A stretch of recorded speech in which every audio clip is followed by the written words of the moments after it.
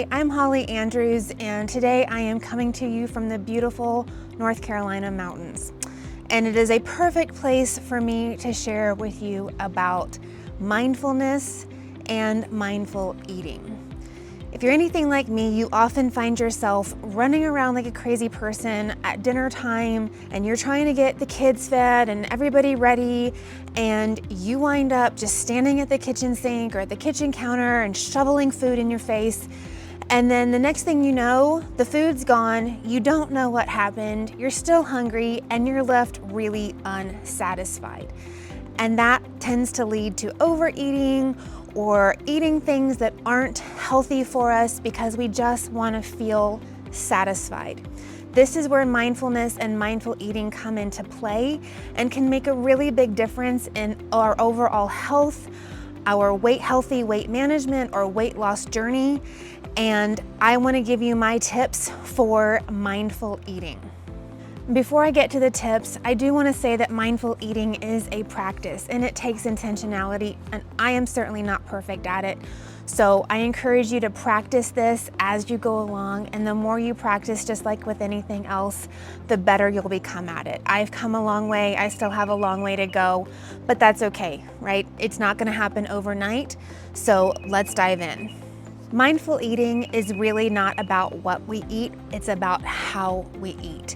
It's about taking time to really sit, enjoy a meal. It's about thinking of what is going on around us as we're eating, not just standing at the kitchen sink or the kitchen counter and shoveling food in our face. It really involves savoring every bite, recognizing our hunger and fullness cues, getting in touch with our body, and appreciating our food as fuel and nourishment for our bodies.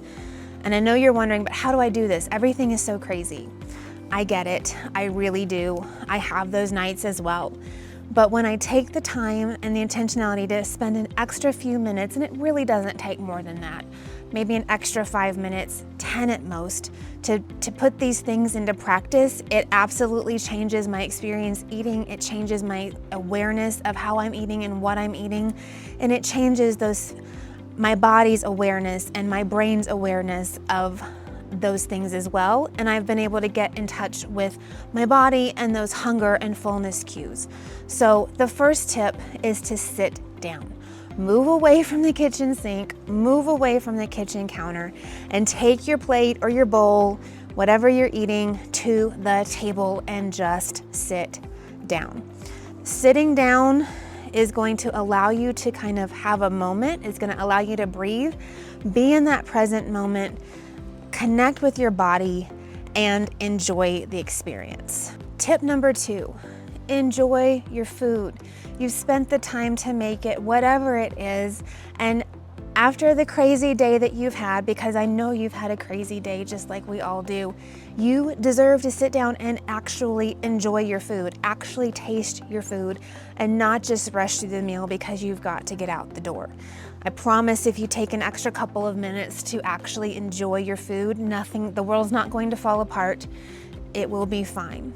And also by doing this, you're going to help your body recognize that you have had enough to eat. So you're going to be satisfied with a smaller portion.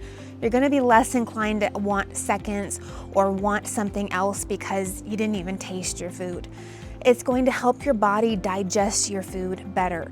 So often we don't even take the time to truly chew our food, but by chewing our food properly, it actually starts that digestive process in our mouth and allows our digestive system to really go to work and do what it needs to do, which then helps with better nutrient absorption in the end. So by taking that time and slowing down, you're going to actually fuel your body better with the same food than if you were standing at the kitchen sink shoveling it in. Tip number 3 is learn to listen to your body again. In this crazy busy world, we often lose touch with our body and what our bodies are trying to tell us. By slowing down, it's going to help you and your brain and your body recognize when you have actually had enough to eat. And it's going to, again, prevent you from going back for seconds or extras or more snacks or chocolate or whatever that is because you don't feel satisfied. By slowing down, you're giving your body and your brain that time to recognize, oh yeah, I am full, I am satisfied, I'm good. And I learned a really interesting technique. It's a Japanese technique that I learned from a Netflix documentary called Blue Zones, and I highly encourage you to go watch it. It's really interesting, and I can link to it in the description. But the Okinawans have intoned this Confucian-inspired adage called Hara Hachi Bu, and basically they say this phrase before eating, which reminds them to stop at 80% full. So if you are somebody that grew up with you must finish everything on your plate, set that aside and try stopping eating when you're 80% full. You don't have to eat to 100% capacity. You don't have to clean your plate. If you're feeling full and you're feeling satisfied, stop. Save whatever's on your plate for later. It's okay. It doesn't have to go to waste, but it also doesn't have to make you uncomfortable. My fourth and final tip for mindful eating is to leave the cell phone behind, or any other device for that matter. When we have our phones at the table or when we're trying to eat and we have our phones, we are distracted and therefore we can't focus on our food. We can't focus on the experience of eating. We can't listen to our body's cues that it's trying to tell us. So one tip that I love to give out is to keep a basket in another room and have everybody, you included, put their phones and devices in that basket while you're eating. It just allows you to be present in the moment and listen to your body. Enjoy your food without that distraction. It may feel a bit awkward at first, so some tips that I love to give out if you're feeling a little bit awkward. Maybe you haven't really had a family conversation at the dinner table in a long time. There are things that you can use to help you get that conversation going. Talking points cards. You can get them off of Amazon. Have somebody pull a card out of the pile and it will ask you a question to help get that conversation going. So I will link to those as well. But to wrap up, the tips are sit down at the table. Right, take your time. You've earned that time to actually chew your food and enjoy your meal. Learn to listen to your body's cues again. We have hunger and fullness cues for a reason.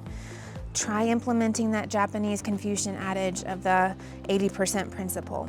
Leave your phone behind so that you can be fully present without distraction. I promise you're not gonna miss it after a few days of trying this. And as with anything, again, this does take time, this does take practice, and don't try to necessarily do all 4 of these tips at once, right? Pick one and probably start with sitting down while you're eating. And once you've done that for a good week or 2, and you get into a good rhythm with that, then add in something else. Maybe leaving your phone in another room, and get into a rhythm and a practice with that, and then add on something else, right? It's much easier to build very small habits for over time and find something that works for you than it is to try to pile on all of them at once when it for sure will not work. So mindful eating, be present. I promise this will help you with your weight loss efforts, with your weight management efforts, and just feeling that I have actually eaten, I am actually satisfied, I'm okay, and will help you in your overall health and wellness. Thanks for joining me today, and I will see you next time.